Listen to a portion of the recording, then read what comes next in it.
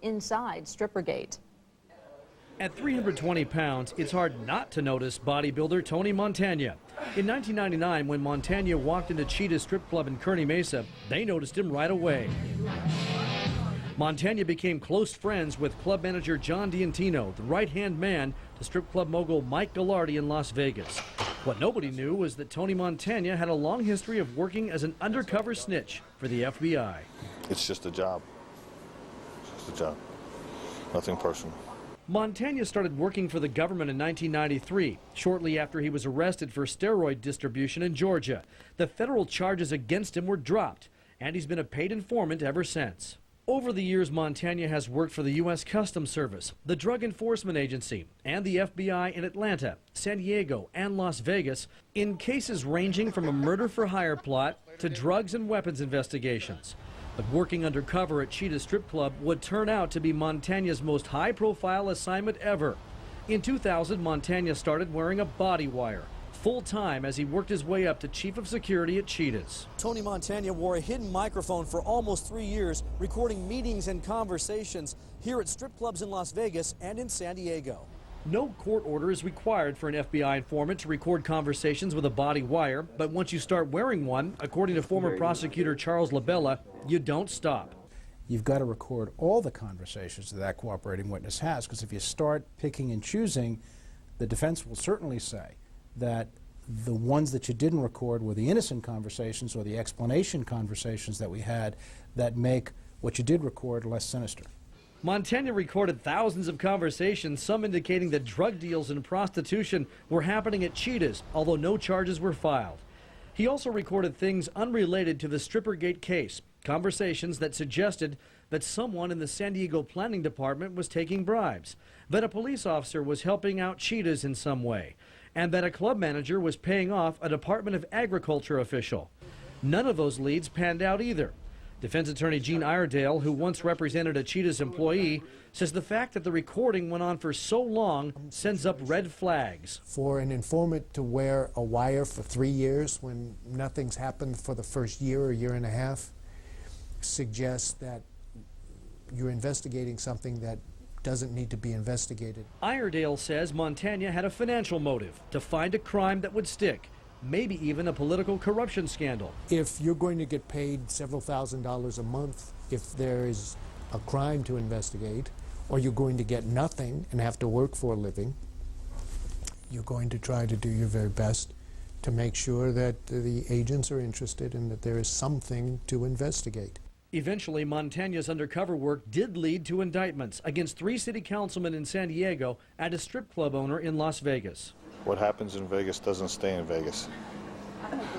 Tony Montagna denies he has a financial motivation in this or any other investigation. In fact, Montagna says that he makes more money as a personal trainer than he ever did working undercover for the FBI. Phil Blauer, Local 8 News. Tomorrow, the Cheetah's connection to illegal machine guns when Local 8's exclusive Inside Strippergate investigation continues. That is tomorrow, once again, on Local 8's News at 11. San Diego's former police chief is the newest candidate.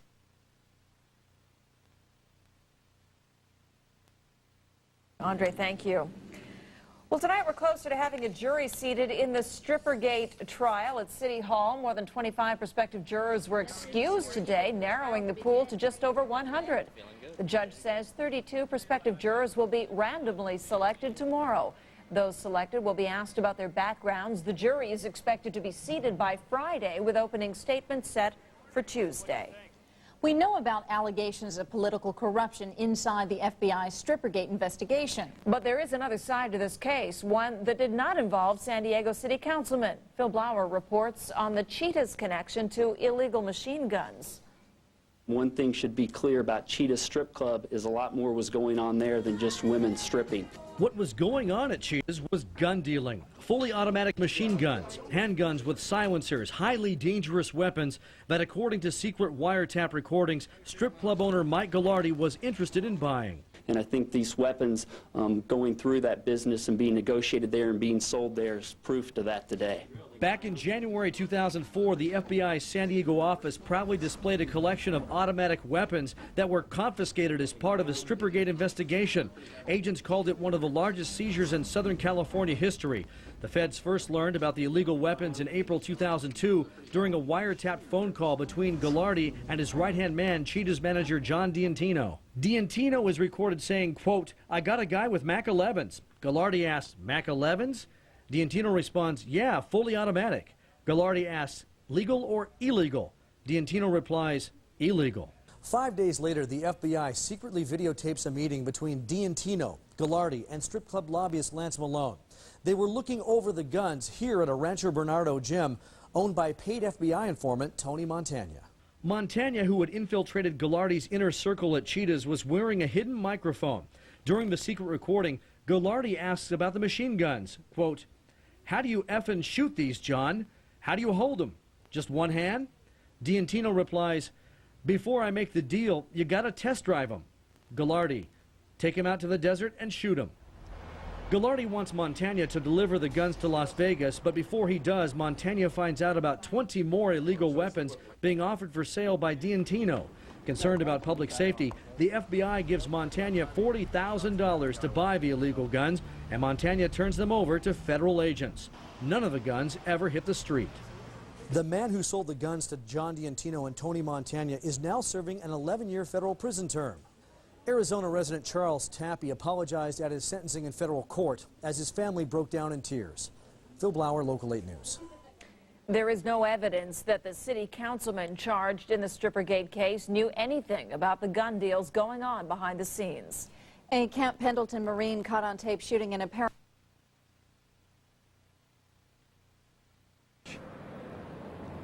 Opening statements are underway in the City Hall Strippergate trial. City Councilman Ralph Nzunza and Michael Zucchet are accused of accepting thousands of dollars in bribes from a strip club owner. Local 8's Phil Blauer is live downtown with the latest in this corruption trial. Phil?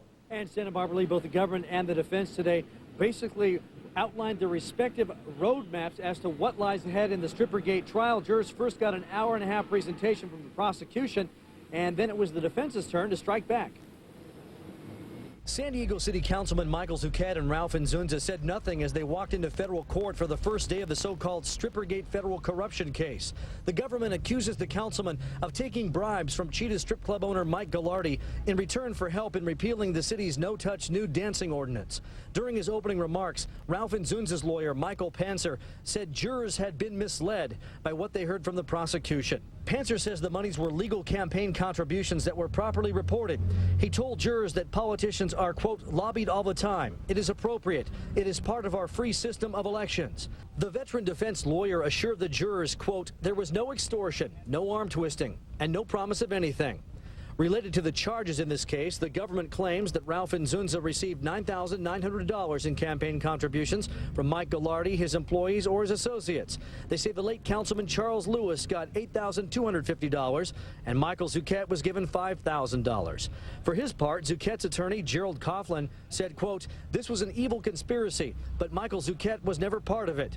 He told the 8-man, 4-woman panel that Zucchet's top priority was to get rid of adult entertainment businesses at the entry to Point Loma in the councilman's district.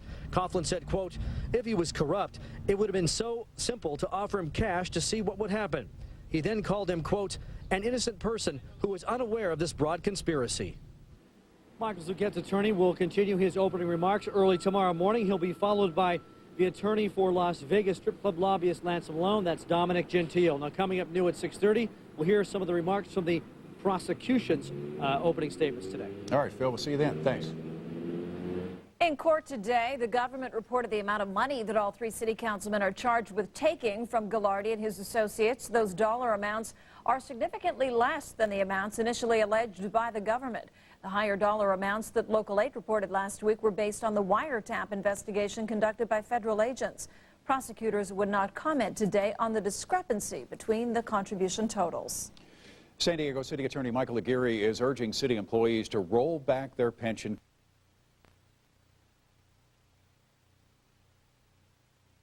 The Strippergate trial of two city councilmen accused of taking bribes is officially underway.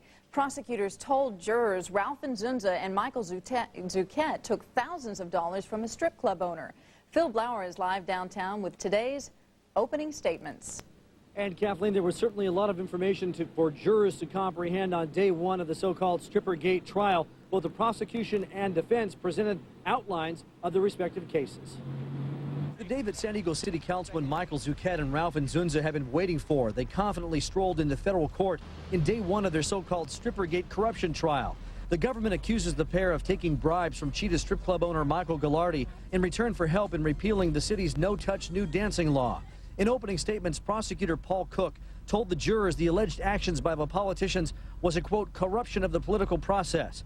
Cook told the panel seated before U.S. District Court Judge Jeffrey Miller, quote, the defendants, in their own words, planned this scheme. As far as campaign contributions received from Mike Gallardi, his employees or associates as they relate to this case, the government says Ralph Nzunza got $9,900. The late Councilman Charles Lewis received $8,250, and Michael Zuquette was given $5,000. Ralph Nzunza's lawyer, Michael Panzer, says jurors have been misled by what they heard from prosecutors. Panzer says the monies were actually legal campaign contributions that were properly reported, and he assured the panel there was no extortion, no arm twisting, and no promise of anything. Michael Zuquette's attorney Gerald Coughlin said this was an evil conspiracy, but Michael Zuquette was never part of it. He went on to say Michael Zuquette was an innocent person who was unaware of this broad conspiracy. Michael Zuquette's lawyer continues his opening remarks early tomorrow morning. The trial will be lasting each day from Tuesday through Friday from 8 a.m. to 1 or 1:30. All right, Phil, thank you very much. City employees are being asked to give back some of their pension.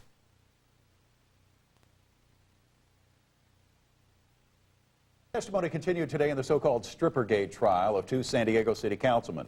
On the stand today was FBI informant Tony Montagna. Local 8's Phil Blauer joins us now live from downtown with more on today's testimony. Phil? Stan and Barbara Lee, we learned a lot about Tony Montagna today. We learned what his real name was. We learned how much money the government paid him in their investigation. And we also learned about how close he became to Cheetah strip club managers there and also the strip club lobbyists who tried to get him to help influence San Diego politicians in this case.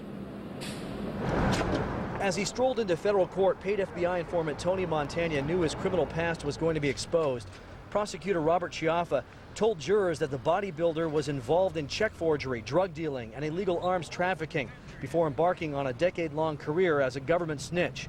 One legal analyst says Montagna's tainted history will be an easy target for the defense. They want to make an impression when they cross-examine this witness that he is so uncredible that they shouldn't listen to anything he has to say. Montagna, who worked undercover wearing a hidden microphone in the Strippergate case for 3 years, says Cheetah strip club bosses gave him cash to an undercover vice cop who would then tell them when the club would be raided. That activity followed the passage of the city's no-touch nude dancing law, which took a bite out of Cheetah's profits. However, that vice cop, just like Montagna, turned out to be on the government's payroll. In secretly taped recordings played to jurors, Cheetah's owner Mike Gallardi is heard asking if he can give the vice cop a monthly fee for his tip-offs. Cheetah's manager John D'Antino is then told by Gallardi to give him, quote, a couple of grand. Montagna, who recorded the conversation, says it all happened. Some of the informant's other testimony dealt with meetings with strip club lobbyist Lance Malone.